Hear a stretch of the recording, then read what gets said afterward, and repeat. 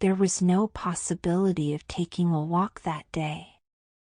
We had been wandering, indeed, in the leafless shrubbery an hour in the morning, but since dinner, Mrs. Reed, when there was no company, dined early. The cold winter wind had brought with it clouds so somber, and a rain so penetrating, that further outdoor exercise was now out of the question.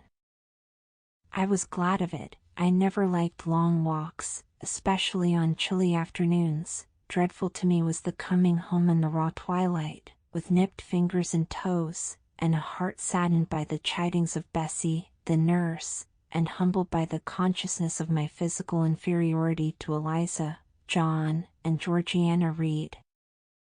The said Eliza, John, and Georgiana were now clustered round their mamma in the drawing-room. She lay reclined on a sofa by the fireside, and with her darlings about her, for the time neither quarrelling nor crying, looked perfectly happy.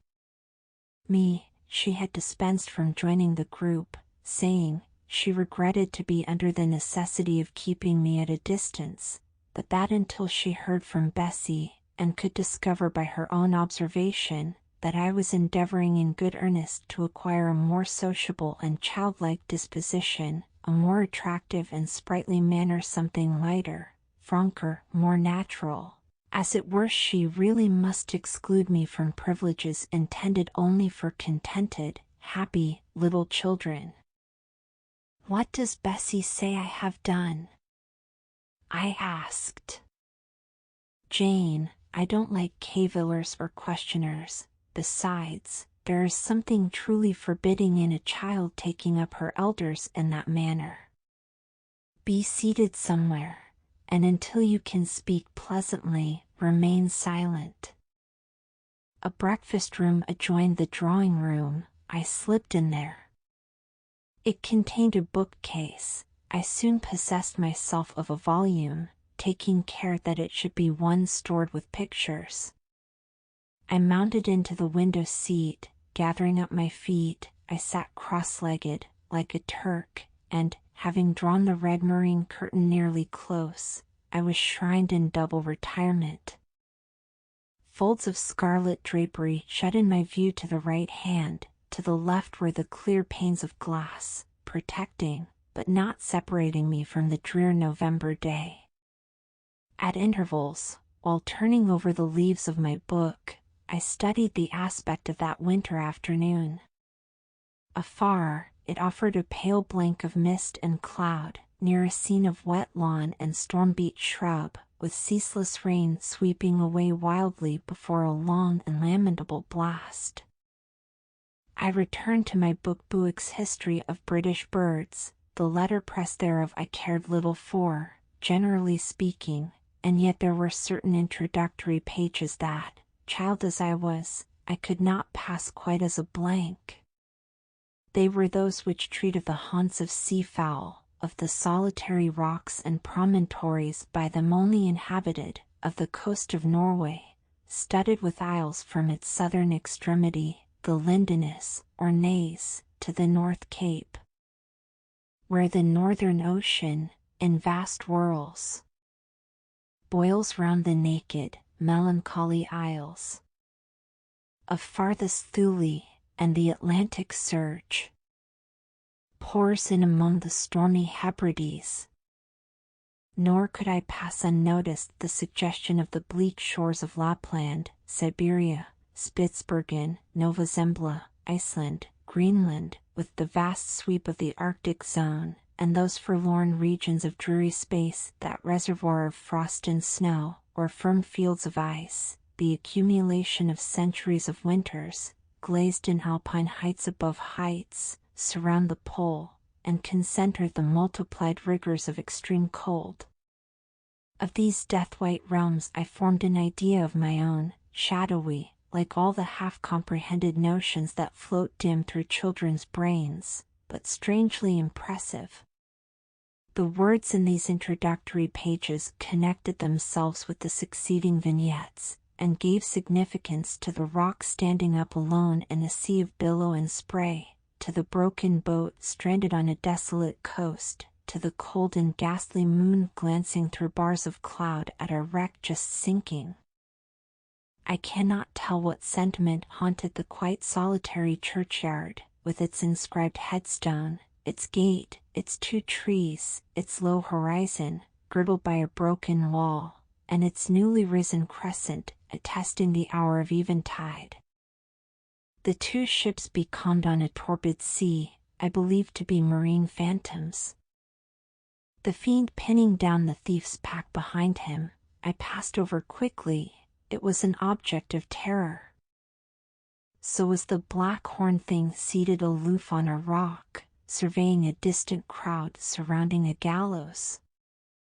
Each picture told a story, mysterious often to my undeveloped understanding and imperfect feelings, yet ever profoundly interesting, as interesting as the tales Bessie sometimes narrated on winter evenings, when she chanced to be in good humor, and when, having brought her ironing table to the nursery hearth, she allowed us to sit about it, and while she got up Mrs. Reed's lace frills, and crimped her nightcap borders, fed our eager attention with passages of love and adventure taken from old fairy tales and other ballads, or, as at a later period I discovered, from the pages of Pamela and Henry, Earl of Morland.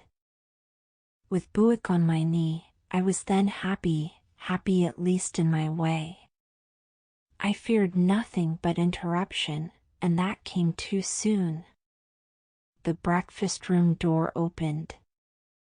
"Beau!" "Madam Mope," cried the voice of John Reed, then he paused. He found the room apparently empty. "Where the dickens is she?" he continued. "Lizzie! Georgie!" Calling to his sisters, "Joan is not here. Tell Mamma she is run out into the rain, bad animal." It is well I drew the curtain, thought I, and I wished fervently he might not discover my hiding place, nor would John Reed have found it out himself. He was not quick either of vision or conception, but Eliza just put her head in at the door, and said at once, "She is in the window seat, to be sure, Jack." And I came out immediately, for I trembled at the idea of being dragged forth by the said Jack. "What do you want?" I asked, with awkward diffidence. "Say, what do you want, Master Reed?" was the answer. "I want you to come here," and seating himself in an armchair, he intimated by a gesture that I was to approach and stand before him. John Reed was a schoolboy of 14 years old, 4 years older than I, for I was but 10, large and stout for his age, with a dingy and unwholesome skin, thick lineaments and a spacious visage, heavy limbs and large extremities. He gorged himself habitually at table, which made him bilious, and gave him a dim and bleared eye and flabby cheeks. He ought now to have been at school, but his mamma had taken him home for a month or 2, on account of his delicate health.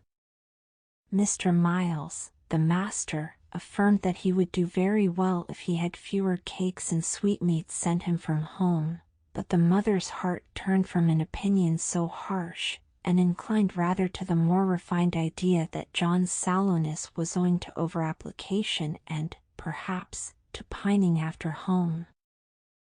John had not much affection for his mother and sisters, and an antipathy to me.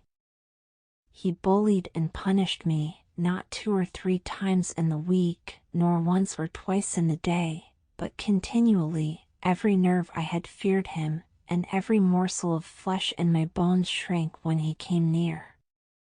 There were moments when I was bewildered by the terror he inspired, because I had no appeal whatever against either his menaces or his inflictions. The servants did not like to offend their young master by taking my part against him, and Mrs. Reed was blind and deaf on the subject. She never saw him strike or heard him abuse me, though he did both now and then in her very presence, more frequently, however, behind her back. Habitually obedient to John, I came up to his chair. He spent some 3 minutes in thrusting out his tongue at me as far as he could without damaging the roots. I knew he would soon strike, and while dreading the blow, I mused on the disgusting and ugly appearance of him who would presently deal it. I wonder if he read that notion in my face, for, all at once, without speaking, he struck suddenly and strongly. I tottered, and on regaining my equilibrium retired back a step or two from his chair. "That is for your impudence in answering Mamma a while since," said he, "and for your sneaking way of getting behind curtains, and for the look you had in your eyes 2 minutes since, you rat." Accustomed to John Reed's abuse, I never had an idea of replying to it. My care was how to endure the blow which would certainly follow the insult. "What were you doing behind the curtain?" he asked. "I was reading." "Show the book." I returned to the window and fetched it thence. "You have no business to take our books. You are a dependent, Mamma says. You have no money, your father left you none, you ought to beg, and not to live here with gentlemen's children like us, and eat the same meals we do, and wear clothes at our mamma's expense. Now, I'll teach you to rummage my bookshelves, for they are mine, all the house belongs to me, or will do in a few years. Go and stand by the door, out of the way of the mirror and the windows." I did so, not at first aware what was his intention, but when I saw him lift and poise the book and stand and act to hurl it, I instinctively started aside with a cry of alarm. Not soon enough, however, the volume was flung, it hit me, and I fell, striking my head against the door and cutting it. The cut bled, the pain was sharp, my terror had passed its climax, other feelings succeeded. "Wicked and cruel boy," I said. "You are like a murderer, you are like a slave driver, you are like the Roman emperors." I had read Goldsmith's History of Rome, and had formed my opinion of Nero, Caligula, etc. Also I had drawn parallels in silence, which I never thought thus to have declared aloud. "What? What?" he cried. "Did she say that to me? Did you hear her, Eliza and Georgiana? Won't I tell Mamma? But first dash." He ran headlong at me. I felt him grasp my hair and my shoulder. He had closed with a desperate thing. I really saw in him a tyrant, a murderer. I felt a drop or two of blood from my head trickle down my neck, and was sensible of somewhat pungent suffering. These sensations for the time predominated over fear, and I received him in frantic sort. I don't very well know what I did with my hands, but he called me rat. Rat, and bellowed out aloud. Aid was near him. Eliza and Georgiana had run for Mrs. Reed, who was gone upstairs. She now came upon the scene, followed by Bessie and her maid Abbott. We were parted. I heard the words, "Dear, dear." What a fury to fly at Master John! Did ever anybody see such a picture of passion? Then Mrs. Reed subjoined, "Take her away to the Red Room, and lock her in there." For hands were immediately laid upon me, and I was borne upstairs.